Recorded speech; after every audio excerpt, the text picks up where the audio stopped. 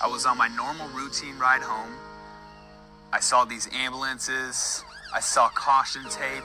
It was dark out, so you really didn't know what was going on. As I got up to the scene, you can just see that this impact was...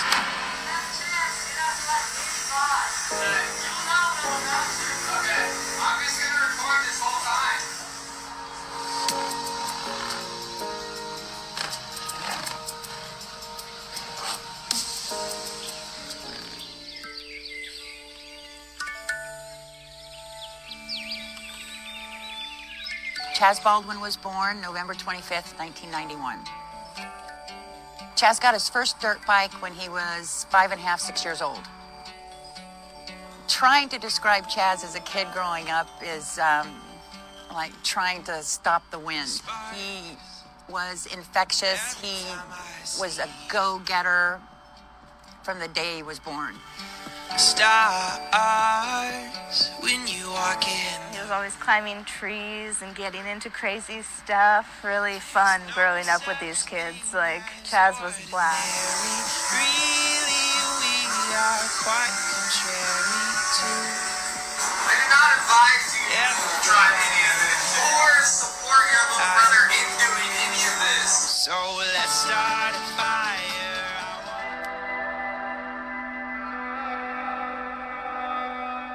Chaz's motorcycle accident was March 9th, 2014, in front of the Oxbow and Felipe's restaurant in Napa. Prior to Chaz's accident, he was at dinner at Trinka's Steakhouse with his aunt and uncle, his brother, and his best friend Jeremy, having dinner to celebrate his uncle's birthday. He was riding his motorcycle westbound. The vehicle that hit him was traveling eastbound, crossed over into his lane to turn left, and they hit head on.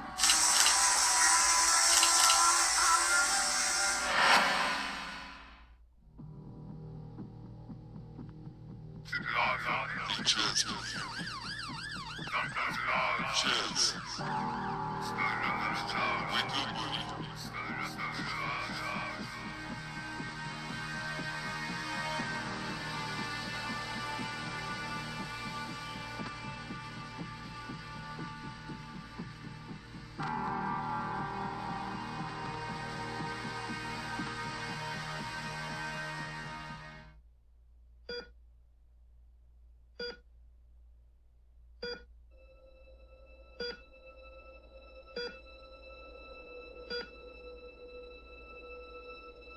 The front end of a SUV was completely smashed in. His motorcycle was underneath the front end of the SUV, almost busted in half. A compound fracture, lower left arm, compound fracture, tibia, compound fracture on his lower leg. Bones were popping out everywhere. He had a descending torn aorta, and they knew that he had suffered a traumatic brain injury. And I got a phone call to the nurse's station. His neurosurgeon wanted to know if he could have the transplant team standing by because they wanted to harvest his organs. I was in shock at first because I couldn't imagine he was asking me this on the phone. But my first response was, knowing Chaz as well as I do, that would be something that if he weren't to survive, that he would want to do. When Chaz was at Kaiser Vacaville, he had started opening his eyes. The best way to describe it is his eyes were open, but the lights weren't on. And he would just turn his head from side to side, and there was no focusing in on any particular thing. And I was sitting next to him, and I grabbed him by the face, and I turned his head toward me. And for a millisecond, the lights were on, and I could see that he knew who I was and that he was in there.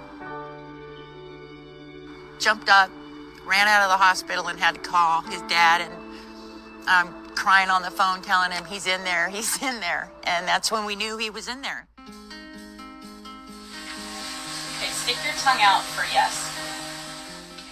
And once he got to Kaiser Vacaville, the care from the nurses and the understanding of the neuro staff was night and day compared to where he was. And that's when they started setting him up, even though he couldn't hold his head up, but they would set him up, get him dressed. Come on. Stand up. Stand up. You do it. And that's where we had a lot of milestones. His first word. Tastes like crap. Okay.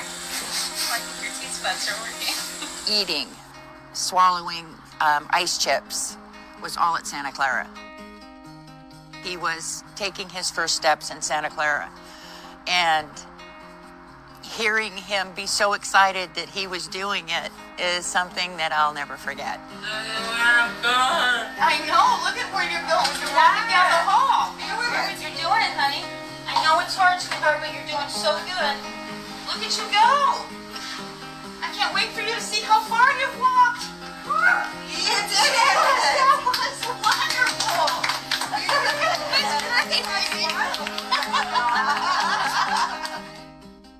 So he pushed himself out of his hospital room and was going down the hallway to the elevator so he could leave the hospital. When I came home from the hospital, I weighed 144 pounds. I said, nah, I can't live the rest of my life looking like this.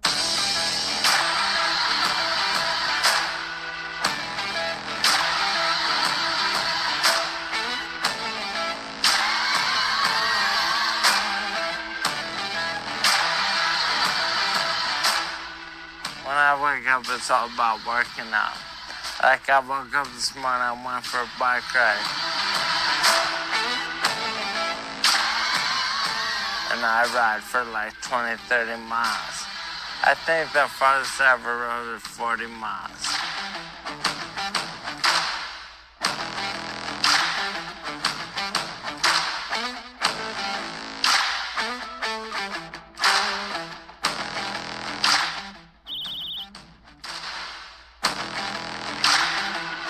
I used to be able to do like 25, but now I can only do like 4.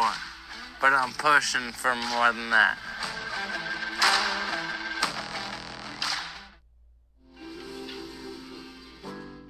My daughter's name is Sophia, Casey Baldwin. Sapphira was just a name we found going through lists of baby names, and it just seemed right. And Casey is actually just spelled K and C for Kristen and Chaz. It's our little piece of her.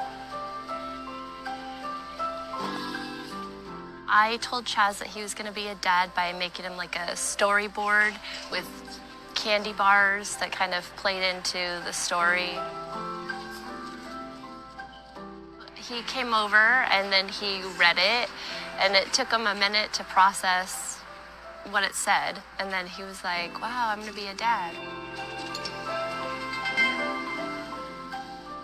My daughter changed my life because now I want to work harder, like to give her everything I didn't have. So I'm trying to raise money to give her some money in the future. He's always had the drive to get better, but I feel like maybe the thought of her pushes him more. My daughter means the world to me. I would be with her every day if I could, but I live in Anderson. I can't be with her every day. What inspires me about his recovery is that he went from basically almost death to walking and talking and doing everything for himself.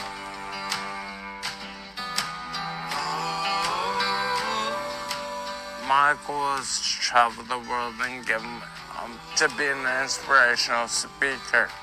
Tell him, like, just don't give up. Just push, always push for the best.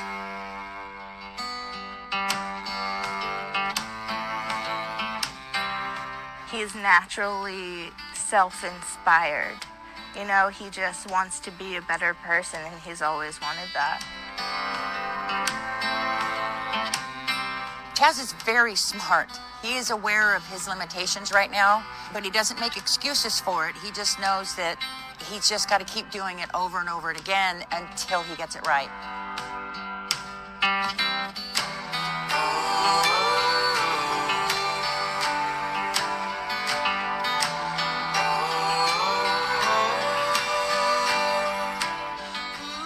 My name is Chaz, and my dream is to do one last ride.